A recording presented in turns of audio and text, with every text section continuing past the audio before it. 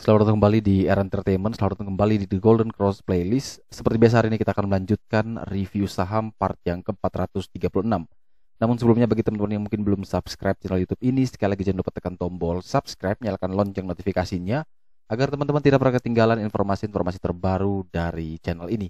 Di part yang ke-436 kali ini kita akan kembali mereview 6 saham, ada saham BPFI, BRIS, Agro, Buka, MLPL, dan saham MPPA. Namun sebelum kita melanjutkan review ke-6 saham tersebut, maka kita melihat dulu pergerakan dari indeks harga saham gabungan di mana IHSG hari ini naik cukup mengesankan ya di full body candle 6645 atau naik 0,52% dengan transaksi 11,6 triliun, ada 296 saham bergerak naik, 244 saham turun dan 142 saham yang bergerak stagnan. Net foreign buy di seluruh market tercatat senilai 214 miliar. Kita masuk ke saham pertama yaitu saham BPFI atau Batavia Prosperindo Finance ya. Ini kemarin ada yang bertanya tapi mungkin bertanyanya mungkin karena pertanyaannya yang lain ya, tapi kita akan bahas secara teknikal saja di mana di sini kalau kita perhatikan memang BPFI ini memiliki level support ya, level support terkuat itu di 1280. Sedangkan closingnya di 1375. Artinya selama dia masih bertahan di atas 1280, tentu BPFI ini masih aman-aman saja. Hanya memang kondisi saat ini dia berada dalam medium risk, artinya jarak menuju ke resist dengan ke support itu kurang lebih 1:1. Jadi risk rewardnya 50-50 sehingga tentu ini kalau misalkan kita ambil di harga sekarang dan ternyata dia turun ke harga support bahkan jebol, kita cut loss-nya cukup dalam. Tapi sebaliknya juga ketika kita ambil dan dia ternyata naik, ya juga sebanding. Potensi kenaikannya cukup besar menuju ke 1565.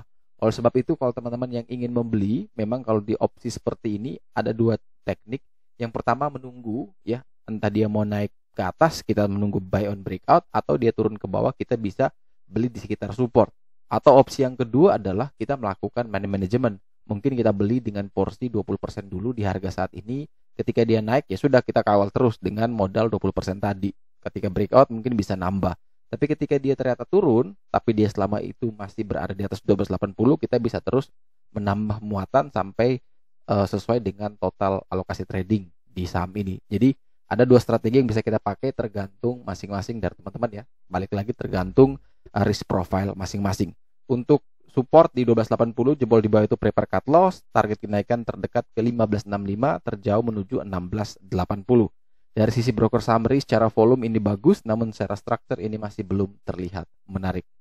Dan sebelum melanjutkan untuk mereview saham lainnya, teman-teman sekali lagi saya mengingatkan di hari Minggu 30 Januari itu kita akan ada webinar Technical 101 menjadi trader mandiri bersama J Bintang, di mana teman-teman bisa daftar, teman-teman bisa buka di website joranvest.com ya. Silakan teman-teman bisa di Google, di browsernya buka www.joranvest.com. Kemudian teman-teman pilih yang webinar.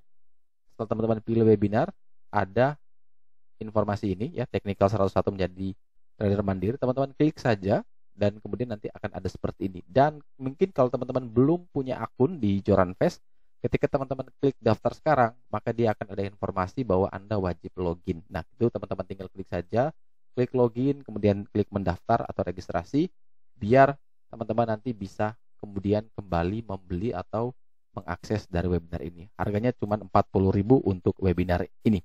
Jadi kalau teman-teman yang mau mendaftar, segera mendaftar karena di tanggal 30 nanti di jam 12 ke bawah kita sudah melakukan closing untuk pendaftaran webinar ini. Kita lanjut ke emiten berikutnya yaitu saham BRIS, di mana saham Bank Syariah Indonesia (TBK) ditutup naik 1% di harga 15.20. Saham BRIS telah mengalami penurunan yang cukup dalam, kemudian dia mencoba untuk mengalami konsolidasi ya di sini, dekat sekali dengan area support terkuat di 1465. Dan ini artinya memang selama dia masih bertahan di 1465, saham BRIS masih aman-aman saja. Saham BRIS masih boleh dipertimbangkan untuk entry ya. Jadi ini kalau memang dia tidak jebol di bawah 1465, saham BRIS masih menarik. Karena apa? Karena jarak dari harga saat ini ke 1465 itu tidak terlalu lebar dibandingkan potensi upside-nya menuju ke 1810 sampai ke 1950.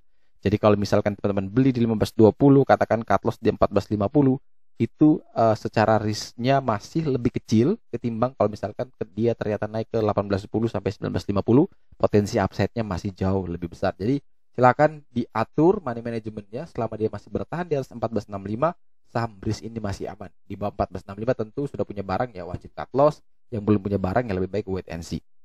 Kemudian dari sisi broker summary, secara volume ini tidak menarik sama sekali. Secara structure ini terlihat mulai menarik, tapi secara volume ini tidak menarik sama sekali. Next, kita punya saham agro, ya Bank Raya Indonesia, di mana digadang-gadang menjadi bank digital dari BRI.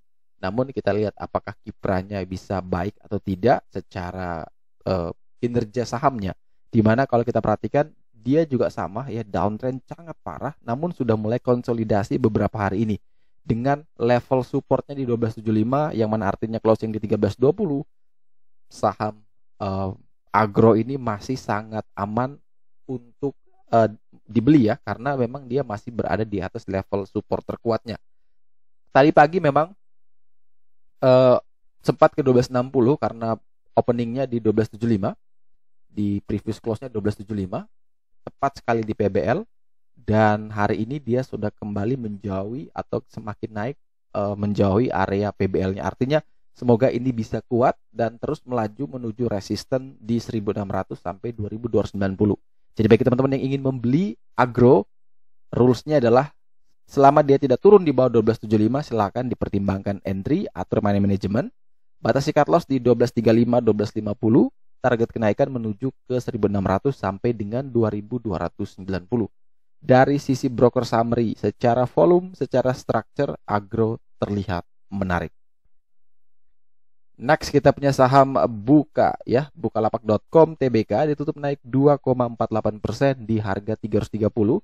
Saham Buka sendiri memiliki PBL di 344 atau resisten kuatnya di 344 saat ini, sehingga kalau memang dia belum mampu menembus atau naik lagi di atas 344, lebih baik teman-teman wait and see, jangan dulu entry. Kita hanya akan entry kalau Buka bisa breakout 344 dengan target berikutnya menuju ke 474. Selama Buka belum mampu breakout dari 344, lebih baik teman-teman wait and see. Tentu semua orang punya opsi untuk ambil sebelum breakout. Kembali lagi kepada risiko masing-masing ya. Karena sekali lagi, ketika kamu menekan tombol buy, menekan tombol sell, itu merupakan hak kamu sepenuhnya. Tidak bisa kita menyalahkan orang lain, karena semua ada di jari kita. Jadi kalau misalkan banyak sekali isu-isu terakhir yang beredar, memang bukan membela kiri kanan, tapi semua akan kembali kepada masing-masing ya. Walaupun orang menampilkan sesuatu yang bisa menggiurkan kita untuk terjun, tapi seharusnya kita juga harus mengukur bahwa ketika kita itu ditipu atau kita salah, itu kita sebenarnya sudah tahu resikonya. Jadi jangan kita mulai menyalahkan orang lain atas kebodohan kita sendiri. Dan untuk Buka sendiri memang kalau ini tidak bisa breakout, potensi penurunan itu masih terus berlanjut dan downtrendnya masih kerasa. Tapi ketika dia mampu naik lagi di atas 344, maka semoga potensi kenaikan ke 474 ini terbuka lebar, dan kalau 474 juga bisa kembali ditembus, maka bisa saja Buka akan kembali ke level IPO-nya di kurang lebih di harga 800-an. Dilihat dari sisi broker summary, secara volume ini bagus ya, secara volume ini bagus, secara structure juga terlihat menarik untuk Buka. Next kita punya saham MLPL, Multipolar TBK, hari ini naik 22,83%, kenaikan yang sangat fantastis setelah dibanting bertubi-tubi. Apakah kenaikan ini untuk turun lebih dalam lagi, atau memang kenaikan ini bisa terus melanjutkan tren bagusnya? Maka teman-teman bisa perhatikan di sini level PBL berhasil dia breakout ya, dari 184 dia bisa tembus PBL di 214. Artinya selama dia masih bertahan di atas 214, tentu MLPL ini masih sangat aman untuk dikoleksi. Hanya tinggal tergantung mau masuk di level berapa. Hitung-hitung sesuai dengan profil resiko tadi ya. Kalau masih 226 kemudian cut loss di 210 misalkan, kira-kira minus tersebut bisa diterima apa tidak. Kalau tidak bisa diterima ya opsinya mengantri atau menunggu menawar lebih rendah lagi dekat-dekat dengan 214 baru kita ambil. Tapi kalau ready atau siap untuk menanggung resiko tersebut, ya silakan ambil saja di 226, 228 bebas. Tapi kalau saya pribadi tentu menunggu dia dekat-dekat dengan 214. Mungkin 214 sampai dengan 218 bisa menjadi area beli yang menarik. Saya akan cut loss di 210 ke bawah. Target kenaikan menuju 334 sampai dengan 430. Dari sisi broker summary, secara volume ini perfect ya, secara volume perfect. Namun secara structure ini masih belum menarik. Tapi secara volume ini perfect untuk MLPL. Dan sebelum kita lanjutkan untuk membahas saham terakhir kita, maka ada iklan sedikit teman-teman yang mungkin mau ikut IPO, karena banyak sekali saham-saham IPO hari ini baut, misalkan ada SLC, kemudian ada NetTV yang sudah arah berturut-turut.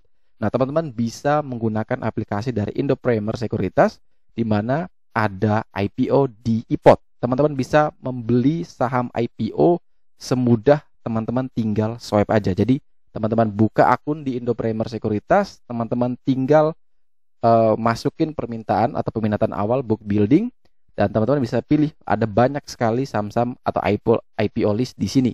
Teman-teman juga bisa buka prospektus, teman-teman bisa membacanya, dan akhirnya teman-teman bisa memutuskan saham IPO mana yang akan teman-teman ambil. Jadi download dan daftar sekarang, bisa didapatkan di Play Store maupun di App Store. Saham terakhir yang akan kita review adalah saham MPPA, di mana saham MPPA ditutup naik 12% di harga 224. Saham Matahari Putra Prima ini memang setelah downtrend parah juga, dia kembali bisa mencoba naik, namun kenaikan ini belum mampu menembus 244, yang mana ini merupakan resist terkuatnya. Kalau saya pribadi memang jelas selama dia belum breakout PBL atau PBH, maka tentu tidak mungkin akan saya entry. Konfirmasi buy on breakout di 244 menjadi satu pertimbangan terbaik, karena apa? Memastikan MPPA ini benar-benar ingin naik, bukan cuma sekedar naik dan turun lebih dalam.